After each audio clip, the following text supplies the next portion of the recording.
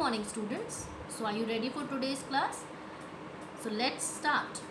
Today we have English grammar class and we will be doing lesson 3 of English grammar, that is subject and predicate. So we have already done what are sentences, we have done what are the kinds of sentences. Now we will be studying a very important aspect of a sentence, that is a subject and a predicate.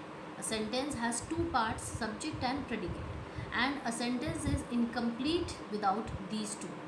If we remove the predicate, then also the sentence is incomplete. For example, birds are, this is the subject, what?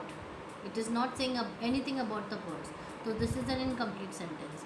Then if we write only the predicate, are flying in the sky, who are flying, nothing is written there, so this is also incomplete.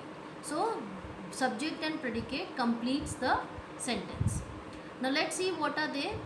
Subject is a part of a sentence which tells us about whom the sentence is being said. For example, the same example I'll take, birds are flying in the sky. This sentence is about whom? This sentence is about birds. So birds becomes the subject. Then are flying in the sky. What is said about the subject is the predicate. So what is said about birds in this sentence? Are flying in the sky. So this whole thing becomes the predicate. Okay, so are you able to understand? One more example, the bottle is kept on the table. So this sentence is about whom? It is about the bottle. So the bottle becomes the subject. Is kept on the table, it is telling about the bottle, so this becomes the predicate. One important thing, it is not compulsory or it is not necessary that a sentence has, a subject has only one word. A subject can have more than one words also.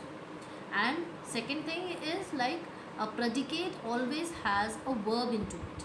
So you have to be very careful when you are dividing subject and predicate into a sentence. Let's see exercise A, which is given in your book. If you have your book, you can do it. If not, when you get your book, then you can do this exercise. Exercise A says, underline the subject and circle the predicate in the following sentences. So in these sentences, you have to underline the subject and you have to circle the predicate. See the first one, Rishabh is an intelligent boy. So this sentence is about whom? It is about Rishabh. So Rishabh becomes the subject. And what is telling about the sentence is an intelligent boy. What is telling about the subject is an intelligent boy. So this whole thing becomes the predicate. The same way you have to do this exercise.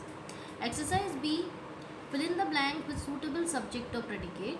In this, there are some sentences given. In some, the subject is missing. In some, the predicate is missing. So you have to do it on your own. For example, see the first one. The girl is dash. You can write whatever you want. The girl is sleeping. The girl is beautiful. The girl is hungry. The girl is reading a book. Whatever you can write, you have to complete it. Second one. Dash are flying in the sky.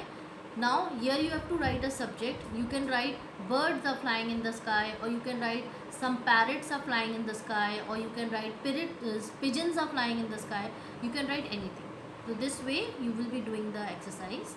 I think you have understood because you have already done this in your previous classes. So complete your work and we will meet in the next class. Okay, till then, bye bye. Be home, be safe.